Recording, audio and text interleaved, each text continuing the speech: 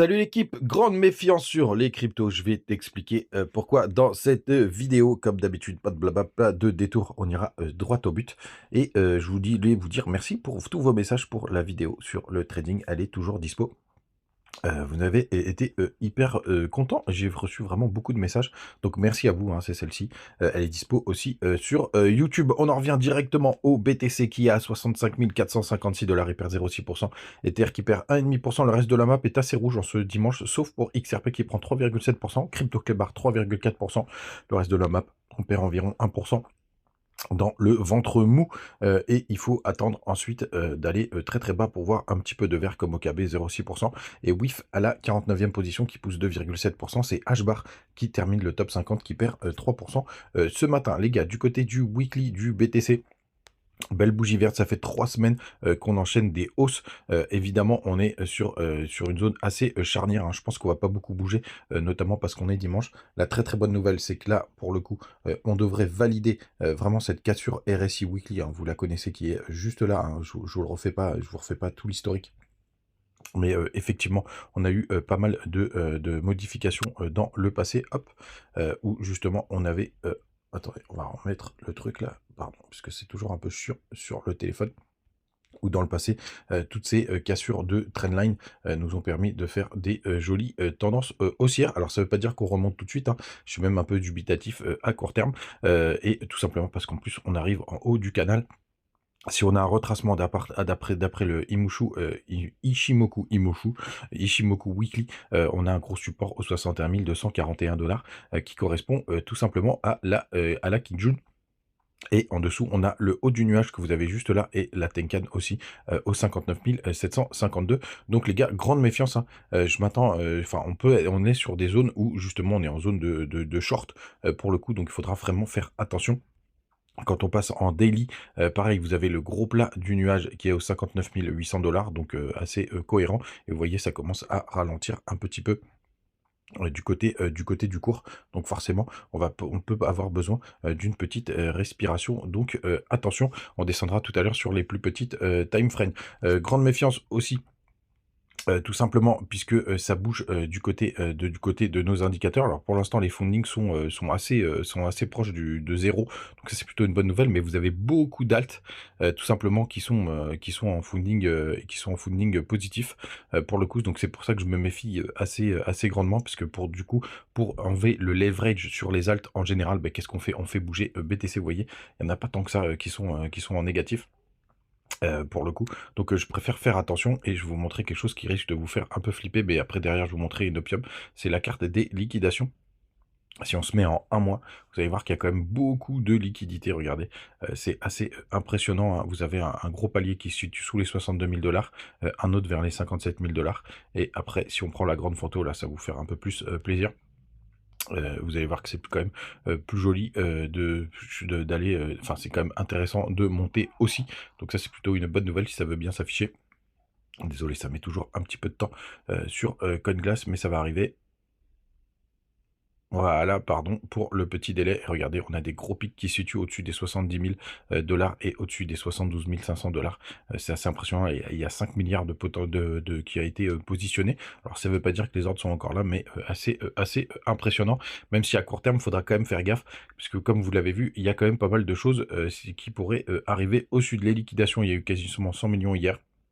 On a le Crypto Fearing Grid qui est à 63, donc là on est dans l'euphorie. On continue avec les indicateurs, et là pour le coup, même si je suis méfiant, il y a quand même des bonnes nouvelles, notamment que les contrats futurs, donc les contrats CME, le Chicago Mercantile Exchange, a clôturé à 66 140, donc ça c'est plutôt une bonne nouvelle. Alors c'est quoi pour ceux qui nous rejoignent?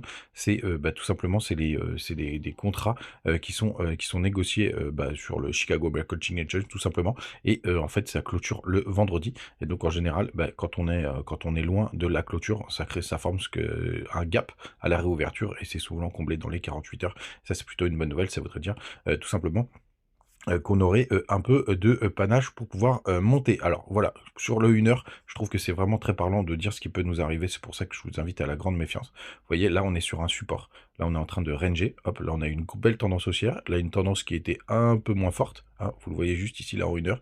Et là, on est en train de tester les supports des, 65 400 $. Vous voyez, ça a été travaillé, plusieurs fois et tout simplement, si on le perd, on pourrait évidemment avoir un rebond, mais ça peut nous faire un joli Bart Simpson un peu dégueulasse pour venir, casser toute la tendance haussière qu'on a eue, hein. C'est possible de le faire, BTC le fait assez souvent. Allez chercher les stops pour pouvoir repartir, sainement et tout simplement parce qu'on est sous une grosse résistance, vous l'avez vu, du canal, haussier. En 4 heures, c'est pareil, vous voyez, on commence à faire des petits M-top qui commencent à se valider. Donc déjà, de ne pas passer sous les 65 400 $, ce serait déjà une bonne nouvelle. Et vous voyez, le MACD commence à fléchir, etc. C'est pour ça que je vous invite à la plus grande prudence, tout simplement. Même si on a, des gaps, même s'il y a pas mal de choses, assez, intéressantes, c'est pas le moment d'être, hyper, méga, bullish, je préfère vous le dire. La bonne nouvelle, c'est qu'on a le dollar, lui, qui continue de tester aussi, ses supports. Il est en train de les marteler. Regardez, on a même fait un nouveau plus bas, où on a réintégré direct. Alors pour le coup, là, ça ressemble à un fake out, donc là aussi, il faudra faire assez attention, mais c'est vrai c'est vraiment que c'est plutôt aussi intéressant. Si jamais on n'arrive pas à faire de nouveaux sommets, on pourrait avoir enfin une belle chute du dollar, donc aussi un indicateur à surveiller avec la plus grande prudence. Les gars, n'hésitez pas à nous rejoindre du côté de Twitter, toujours des petites news, des petites infos tous les jours. Justement, bah, vous voyez par exemple hier je vous partageais qu'on irait chercher les 66 000. Alors justement ces fameux 67 500 parce que je sais qu'on peut me les balancer à la gueule et vous avez raison, mais je suis toujours pas devin. Pour le coup, je serais pas surpris qu'on ait un dernier push aussi, notamment en allant chercher le gap, en faisant un petit fake out. Ça se fait assez régulièrement. Je vais essayer de vous montrer sur le BTC. Bah si, je sais à un moment où on a eu ça. Bah, c'était au top du bull run. Ou tiens, regardez ici, ça c'est très très propre. On vient faire une petite incursion haussière pour venir chercher tous les stops et après on dégringole. Alors peut-être pas aussi bas pour le coup, mais ça c'est quelque chose que fait souvent le BTC, d'avoir une dernière poussée pour vraiment aller chercher, aller tout chercher. D'ailleurs, elle peut ressembler ici, bah regardez ici, on l'a refait, là juste là, vous voyez une dernière poussée aux 70 000 et hop, c'est juste après on est parti chercher les 49 000. On pourrait considérer qu'on l'a fait là, mais si jamais on fait un petit range, tout simplement, hop, on va chercher, on redescend. C'est quelque chose qu'aime bien faire le BTC. C'est plutôt assez régulier. Vous avez aussi le petit Telegram, pareil, toujours des petites news, des petites infos tous les jours. Et vous avez les bonus du côté de BitGet, de Migix et de Mexe.